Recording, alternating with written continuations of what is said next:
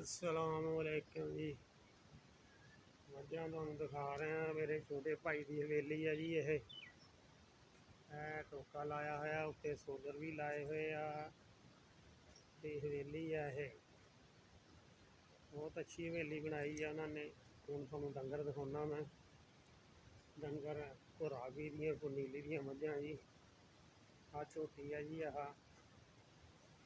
ये झोटी जिहड़ी आ हुई हुई आ बस ये 6वें-7वें महीने है मझ आ वड्डी है जी।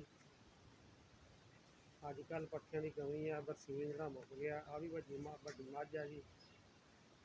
आ जी जर्सी गां जी, जर्सी गां,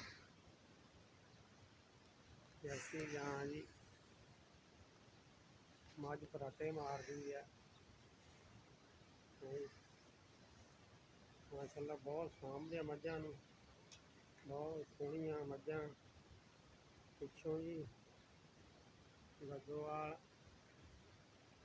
बाहर बनाया डेरा अपना, बहुत शानदार डेरा बनाया है जी इन्होंने।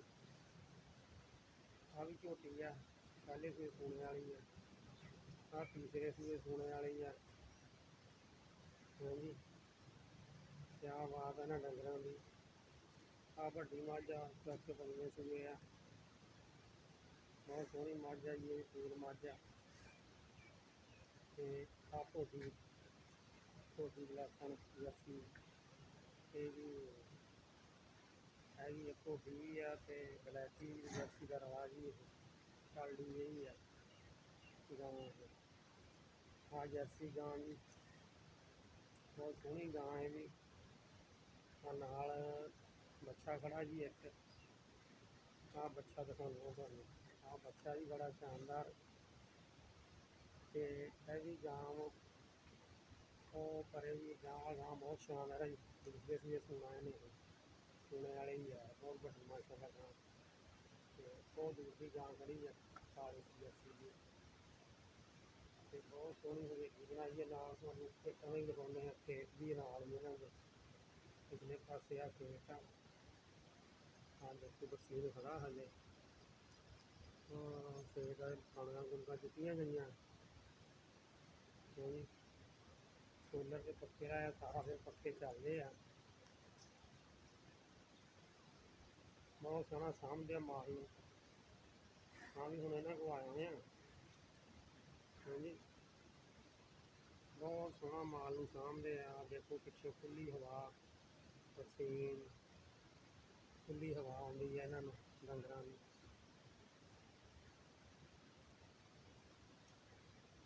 बाहर हुण तुहानूं दिखाउणा गेट तो बाहर निकल के।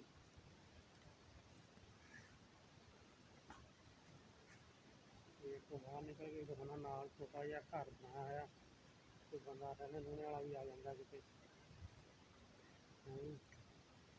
बाहर दरख्त बहुत लगे हुए आ।